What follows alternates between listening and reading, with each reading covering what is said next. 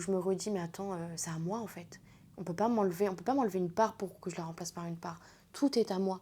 Pourquoi est-ce que je devrais faire un compromis sur mes identités? Tout est à moi. Je me rends fière de cette multiplicité des identités, tu vois. Je suis pas que marocaine et je suis pas que kabyle et je suis pas que lesbienne et je suis pas qu'une fille. Du coup, et grandir avec un peu l'évidence de partir. Ifellès. Vous écoutez le podcast Ifellès. Ifellès, c'est hirondelle en dialecte amazigh kabyle. Et j'ai choisi de prendre l'hirondelle comme symbole de nos migrations. Pour la première série de ce podcast, j'aimerais vous partager les récits de personnes immigrées algériennes. C'est des récits anonymes que j'ai commencé à récolter en décembre 2025. Moi, quand je suis arrivé en France, je me suis dit c'est bon, le chapitre de l'Algérie, j'ai envie de le fermer. Sauf que tu te réveilles le lendemain et tu te rends compte que l'Algérie, tu y penses encore. Méditerranée, en face de Béjaïa. Et ça, je trouve ça trop beau de se dire je vis juste en face de là où j'ai grandi. Il fallait que je fasse une rupture avec ce qu'on m'a appris pour pouvoir retourner dans un terrain neutre, le mien, genre. En fait, je m'identifie tellement pas à l'identité française. Et parce que la France n'accepte pas notre identité algérienne aussi, tu vois. Ou a du mal à accepter notre identité algérienne. Tout ce qui est administratif te considère comme étant juste une personne qui est là tout le temps pour faire quelque chose pendant une année, qui doit justifier qu'elle fait quelque chose pour avoir le droit d'être là, alors que tu as investi toute ta vie ici, que tu as toute ta vie ici. J'allais dire ça.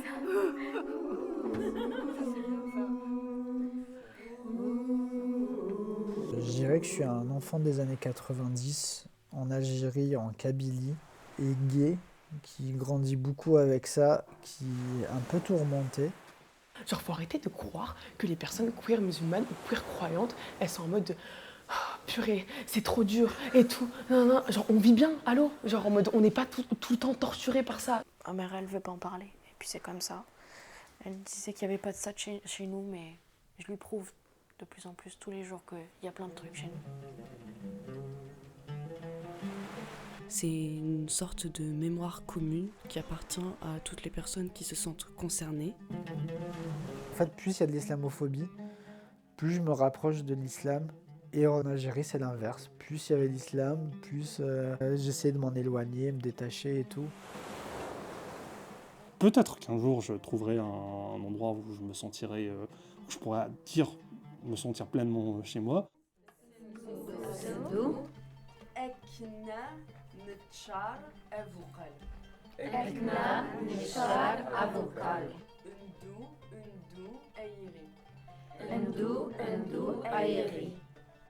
Mais à tout moment, il y a quelqu'un qui peut décider de tout arrêter pour toi et de détruire ta vie. Et pour qu'il ne le fasse pas, il faut que tu essayes de le convaincre en n'étant pas libre, en devant justifier à chaque fois ce que tu fais, en devant justifier qu'il n'y a aucune chance que tu échoues. Pour moi, t'es pas obligé de t'outer, genre. T'es pas obligé de dire à ta mère que t'aimes les meufs, t'es pas obligé. Enfin, tu vois, même par la guerre d'Algérie, c'est des non-dits, c'est tout le temps des non-dits en fait. Ça booste, genre vraiment de se dire ça et je me dis ouais, mais t'es algérien, vas-y. Des centaines de milliers de personnes qui sont sorties d'un coup, que c'était pas possible ils avaient essayé de réprimer. Quand t'as pas d'option dans la vie, c'est soit tu obtiens un visa pour un autre pays et tu vas recommencer ailleurs, soit il se passe un truc qui te donne un espoir pour construire une vie là-bas. Et là, pour le coup, c'était cet espoir-là. Quant à la voix qui vous parle, vous pouvez l'appeler Ariles. Je suis partie de la Kabylie, une région en Algérie, pour venir en France, pour immigrer du coup. Il y a 9 ans déjà. En fait, j'ai ressenti une joie immense, mais immense, de juste se dire ok, je viens d'Algérie, et en fait de se comprendre dans les yeux, de savoir ce que ça fait. De se dire ok, j'ai immigré, on me considère comme une personne étrangère, et en fait de se comprendre. Ça permet d'aller tellement plus loin dans les interactions, dans tout ce qu'on peut construire ensemble. En fait de se comprendre. Ouais, et de créer une mémoire commune ensemble. Et d'en faire des choses merveilleuses.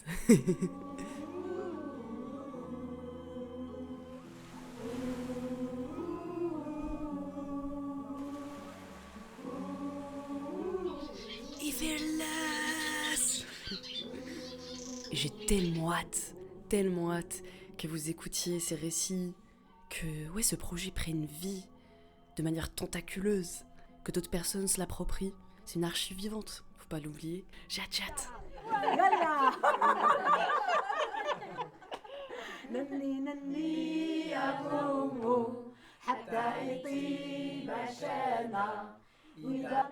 Par simplicité et accessibilité, le podcast actuellement est en français, mais il pourra accueillir des épisodes ou des formes sonores diverses qui sont en dialecte amazigh ou en darja.